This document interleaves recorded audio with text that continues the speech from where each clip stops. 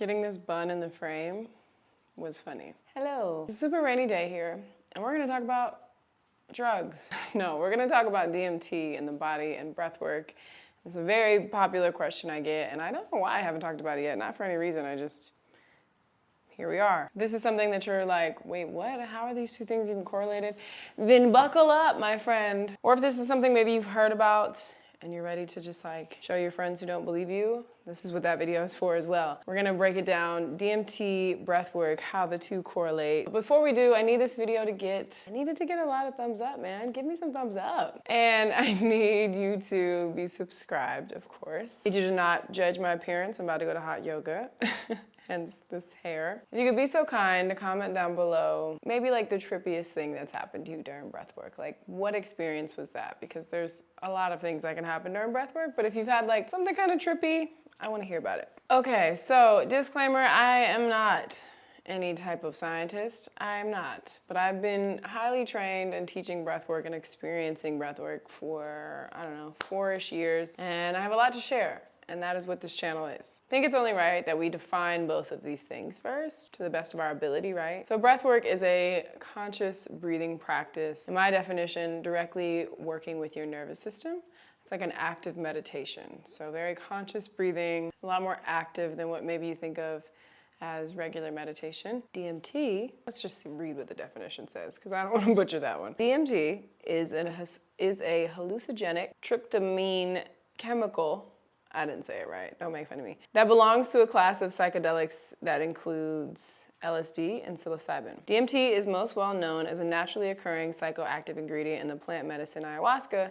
However, it is abundant in nature and found in numerous plants and animals, and even in our own bodies. So now that we know what DMT is, and we know what breathwork is, we know that DMT is found in nature and is found in our bodies. And breathwork is a practice with your body and a practice with your nervous system, which is your brain. And DMT specifically is actually found in the brain. So that being said, in my personal experience, I want to just talk about real quick, I have had a lot of psychedelic experiences using just the breath, high on my own supply, if you will. If you've ever done any kind of holotropic, Wim Hof, circular breaths, any of that stuff, you might experience outer body experiences, you might see colors, you might feel tingles, you might see visions, images. Literally yesterday I was doing breath work and I was with my younger self. My inner child just came up and was like, hey girl. And anyway, so I've had a lot of experiences like that, like seeing colors, seeing visions, feeling like you can almost see yourself doing breath work. That's another really popular one I've heard and I've experienced as well. Like you kind of zoom out of your body and somehow you see yourself. It's like an outer body thing. And you don't have to believe this, but I do definitely believe that there is a level to consciousness, and breathwork kind of takes you out of maybe this realm and maybe takes you to an astral one or just a deeper conscious state of being. And so similar to that of psychedelics, if you've ever dabbled in that. This is not a video saying, hey, go do psychedelics.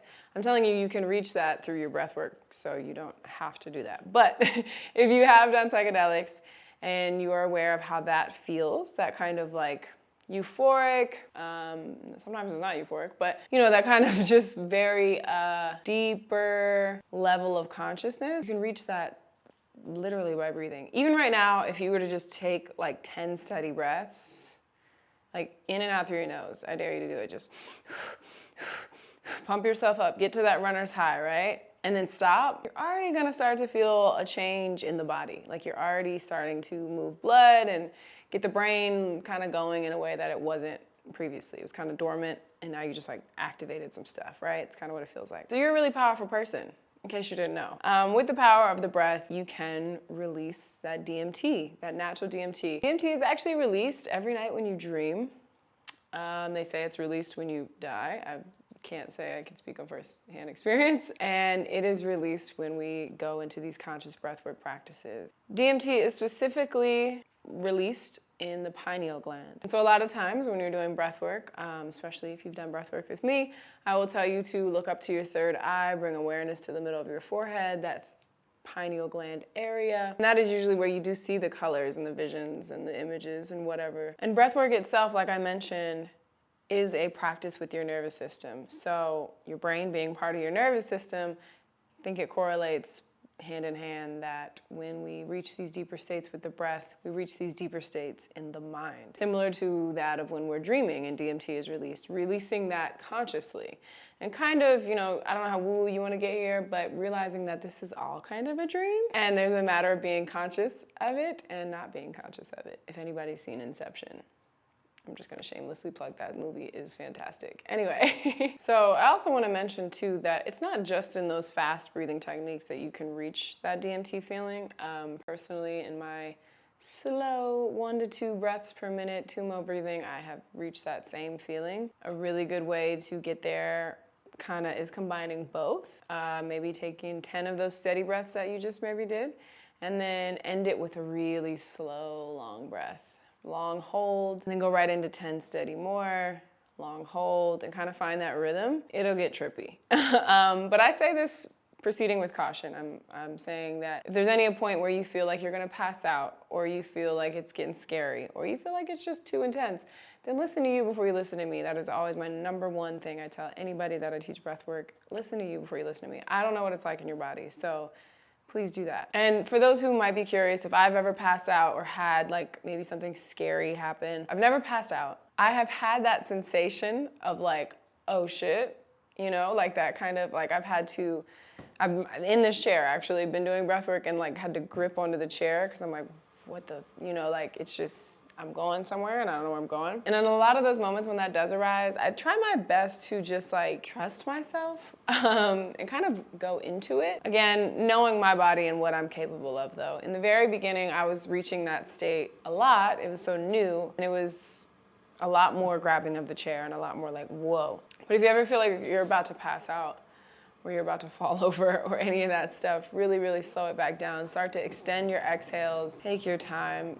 It's not meant to necessarily always be like a DMT trip. It's not necessarily always the point. There's a lot of scientific stuff out there that maybe says this isn't true, but if you've ever done breath work and if you've ever done psychedelics, you know that this is true. All right, so me and this huge bun are out of here. That's kind of all we wanted to share today, and hopefully it's well received. And again, experiment and play, but always, listen to your body. It is a real thing. DMT lives in your body. It is in nature. It is one of the most powerful psychedelics, or powerful energies that exist. It's literally in you right now. I've even read that it is released in every single breath. We're just not always aware of it, and it's very, very, very like micro.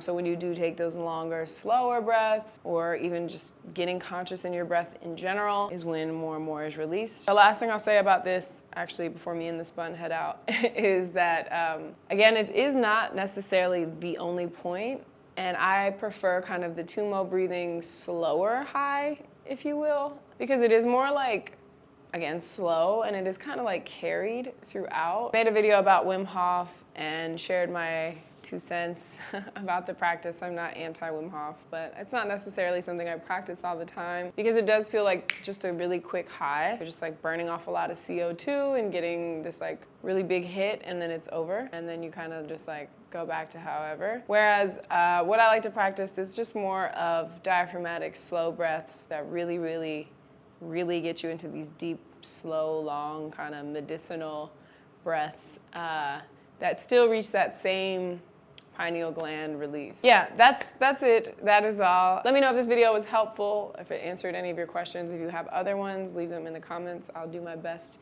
to answer them. But yeah, until next time, I will see you in the next video. Peace.